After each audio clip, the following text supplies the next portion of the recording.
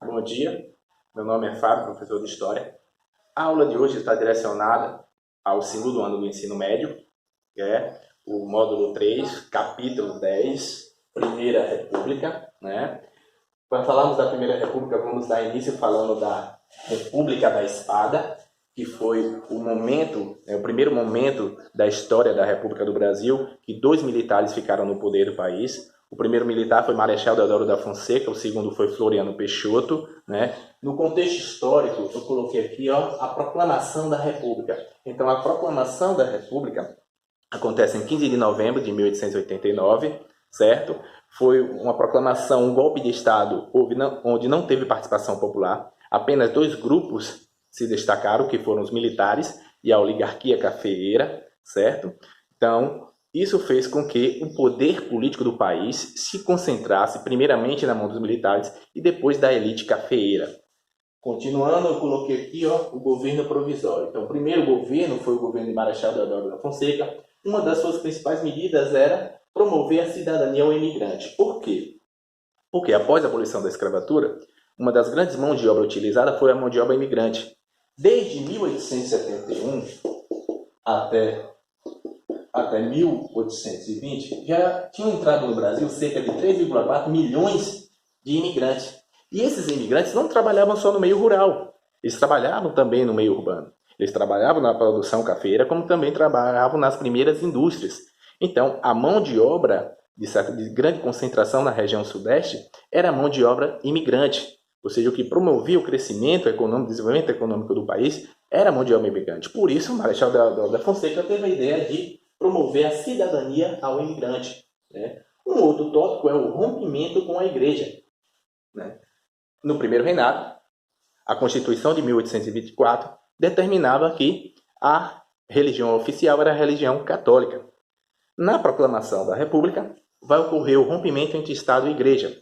O país vai ser um país laico, ou seja, de liberdade religiosa. Então, a Igreja Católica vai perder parte, né, do seu poder, porque ela não vai centralizar todos os poderes em suas mãos, como no casamento, né? O casamento pode ser agora o casamento civil, né? Como também a questão dos cemitérios. Os cemitérios vão passar a ser secularizados, não vão ficar também concentrados na mão da Igreja Católica. Outra questão é o incentivo à industrialização. Então, foi no governo de Marechal Deodoro da Fonseca que ele vai contratar um intelectual progressista para o Ministério da Fazenda, que é chamado Rui Barbosa. Rui Barbosa vai ter um projeto de crescimento industrial no país, né, através da emissão de papel moeda, né, dando maior liberdade aos bancos para fornecer empréstimos a empresários. Sendo que esses empresários pegavam esses empréstimos, em vez de abrir empresas, né, realmente para o país, eles abriam empresas fantasmas.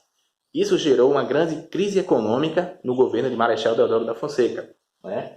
O outro tópico é a nova Constituição, né? Ou seja, essa nova Constituição de 1891 é considerada a segunda Constituição do país, ou seja, a Constituição genuinamente brasileira, né? Que rompe com aquela Constituição de 1824. Algumas leis que ficaram determinadas nessa Constituição, né?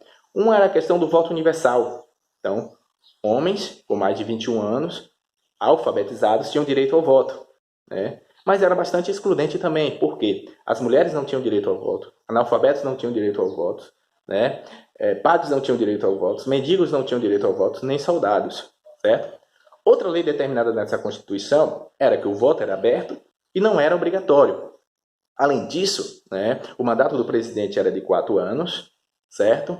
Onde não era necessário que o presidente e o vice-presidente fossem do mesmo partido. Então, existiam eleições para o presidente e existiam eleições para o vice-presidente. Isso durou até a ditadura militar de 1964, certo?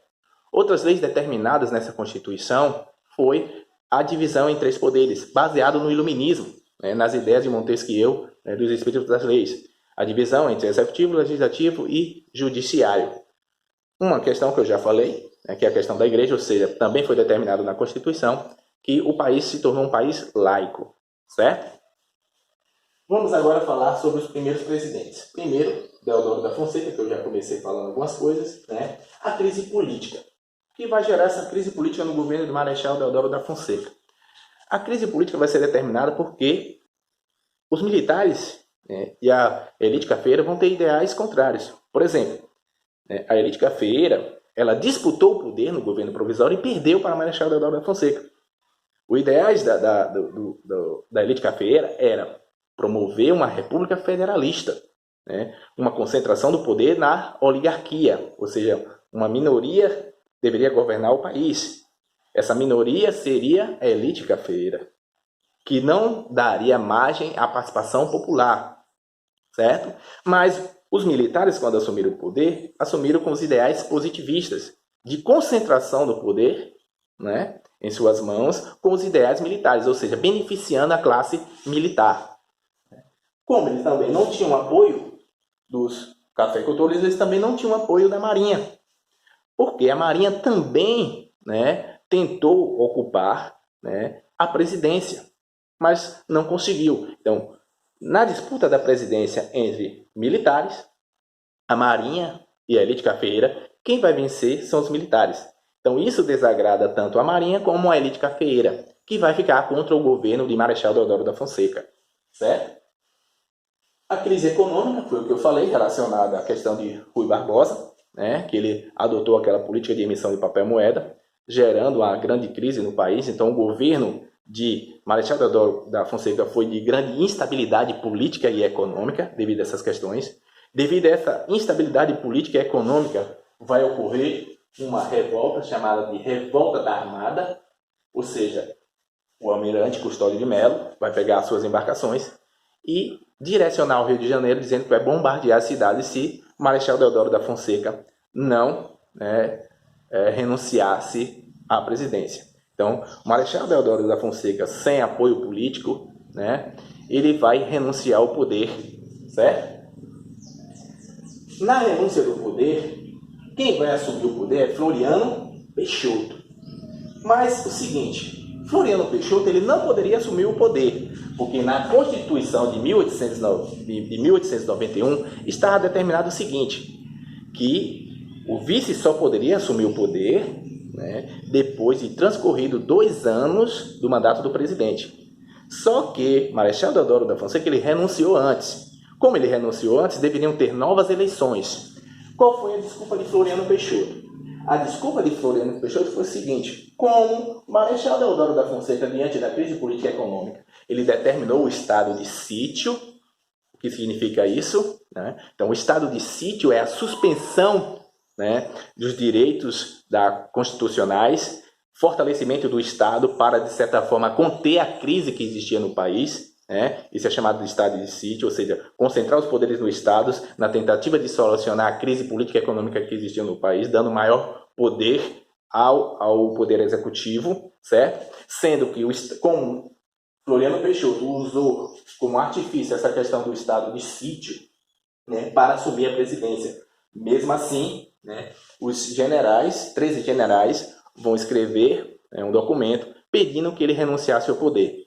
Então, Floriano Peixoto, o que é que ele vai fazer? Ele vai perseguir e prender esses generais. Como os generais não queriam que ele assumisse o poder, também a Marinha não queria. Então, vai ocorrer no seu governo também a chamada Segunda Revolta da Armada.